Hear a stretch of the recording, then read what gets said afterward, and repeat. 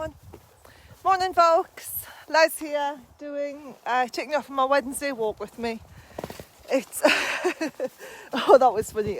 Spud gave a shake with his coat on and gave Dante a fright, which was quite amusing. Come on, dogs. So it's really cold this morning. It's only she said only -4, but according to the weather forecast, it feels like -9. And I'm right there with it. It's absolutely bloody freezing. I've got my little hand warmers as well. Come on, Spud, keep going. So I'm going to flip you around so you can see where I'm going. It's so beautiful. And the problem when it looks as beautiful as this, Spud, leave that, is it makes me think that it's almost Christmas. And where's my Christmas presents? And so it gets me all Christmassy. And I've got to wait another 10 months, really, to get into the spirit. There must be something down here because Spud's really, he's really hunting and trying to get in there. He put a pheasant up from there the other day, so it might be that. Spud, come on. So that's one of the fields that we normally walk over. We normally come over the top there, the trees up by the little loch, and then the dogs are waiting to see if we're going to go up that field, but not today. Well, we will, but not until later. It's at the start of my walk. This way, Dante. Come on, come round. Good boy. So they've got their lovely parkas on because it's freezing. I put them just outside the back door when I put on the mushers. I've started using mushers again just to keep their pads nice. And I put their coats on, put their mushers on. Watch out, Spud. Put them at the back door. And by the time I went out to put the leads on, that poor little ears were freezing. Danny's ears were freezing. And so I'm really glad I put their big jackets on today. It's not a fast and furious walk. They won't be doing like loads of running around or anything. It'll be intermittent, so they'll be running around on the field in a sec. But it's absolutely lovely. I think I'm going to have to put my poo bag in my pocket so I can put my swap hands over on the phone. Watch out the way, dogs. Right, let's just swap hands. Wiggle it about. There we go. So we're probably a little bit late for the deer. This morning we've got a couple of herds. We've got a mum and 2 youngsters. I wouldn't say babies because they're almost the same size as her now.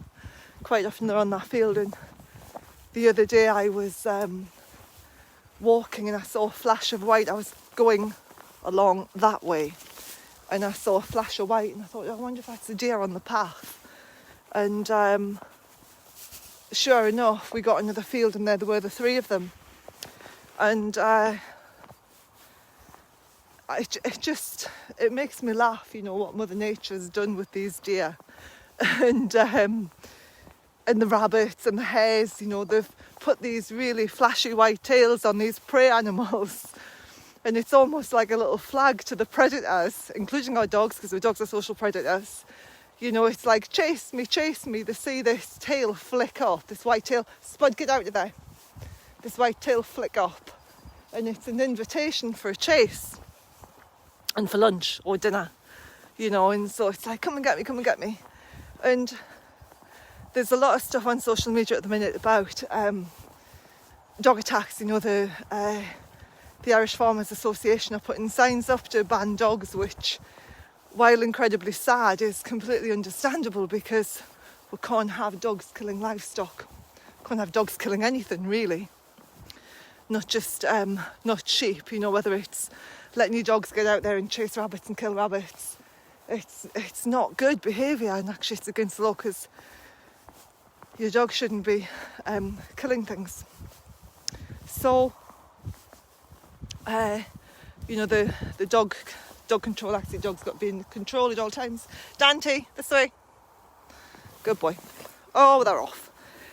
Your dog needs to be in control at all times, and it shouldn't be a nuisance ever.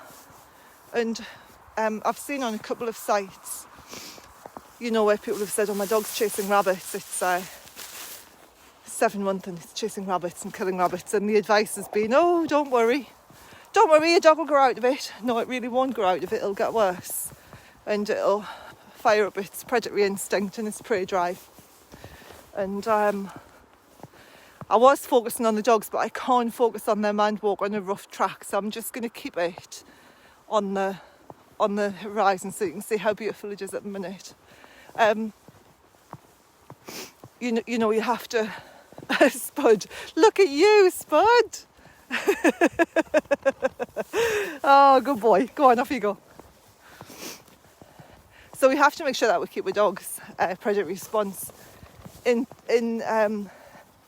under control, you know, teaching them self-control and making sure that when you call them back, they come, and regardless of what they're doing. Oh, Spud, here. He's got a stick on him. More like a branch. Let me see if I can stand on it. Spud, stand. Wag your tail. Go on, off you go. Good boy. And so, you know, you should be able to keep. Somebody's just commented. Jenny, yeah, so many young dogs in Kent are completely out of control around other dogs as well as livestock. It's an issue. Jenny, you're right, it's an issue. I mean, regardless of what your dog's doing, you should be able to call it. And as I say in the books, you know, 99% of the time your dog needs to come back. And the 1% it doesn't come back is when it's toileting and you haven't realised that it's toileting. Dogs with me. So you're looking for a response. Go on, then off you go. Whether that's a with me, a whistle recall, a come, a heel, or stop, or any of those things. And if your dog doesn't do it, then you need to take time out. I'm sorry, this is turning into a bit of a rant. You need to take time out to train it, really, and make it happen. Because the dog, you know, the dogs will do what dogs can do. They'll enjoy doing it as well, and it's our job to make sure that they're in control and all of that lot. Anyway, we've come across the field. Spud's pausing. Sniffy nose. Good boys. Good boys. Come on. So I'm going to get off here, which will give a chance for snow to get off Spud. It's really lovely, actually. It's really lovely, powdery snow. I don't ski, but I can imagine this is what skiers want.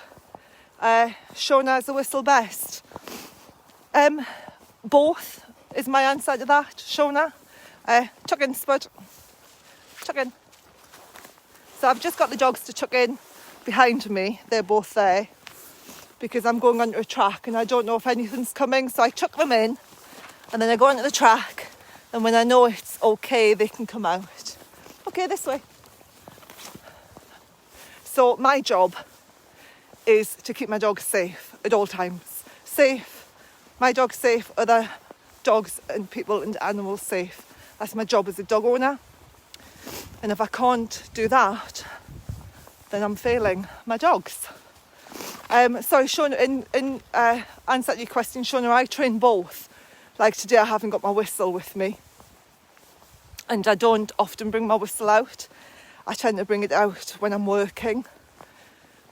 You know, Spud, come on. When I'm training the dogs or working the dogs is when I tend to bring my whistle out with me.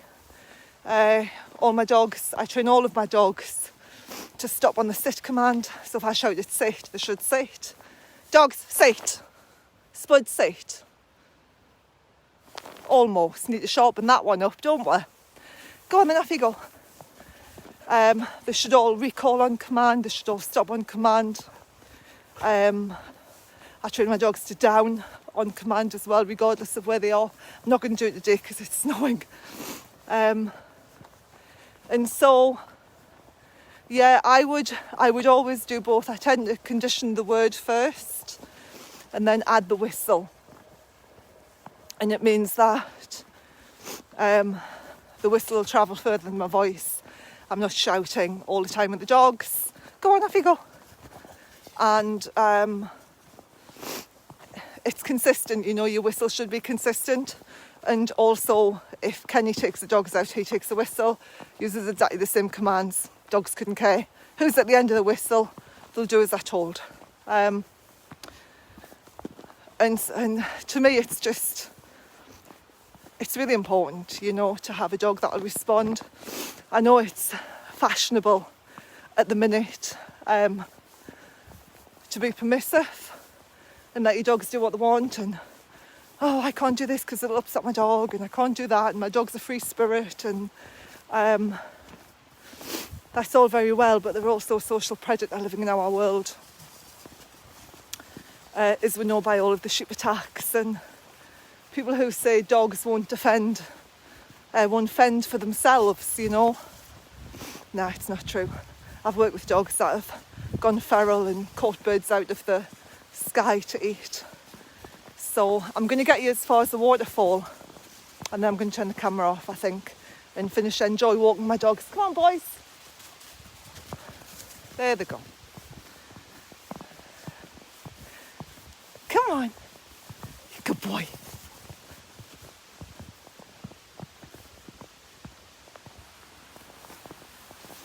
Spud's standing at the waterfall lookout point, because I go and have it every time we come through the little copse.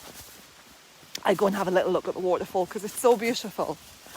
It's just good boy. Look at you. Have a shake. Here we go. Steady, Spud. Let's see how far I can get to the end. There we go. There it is. So I'm just keeping an eye on Spud, seeing where he's going. Dante's just hanging out with me. Generally what happens is when I stop, the dogs stop as well, which is lovely. That's, you know, just the exercise in the books, which is teaching the dogs to do nothing. When you stop, they stop, and it makes life much easier for you. So I hope you have a really lovely day. I hope whatever you're doing, you find joy in it, and that you're staying warm and staying safe. And if you're in the pet gun dog group, I'll see you on Friday for live at 5, and if not, I'll see you next Wednesday for a dog walk. Take care, stay safe, bye bye.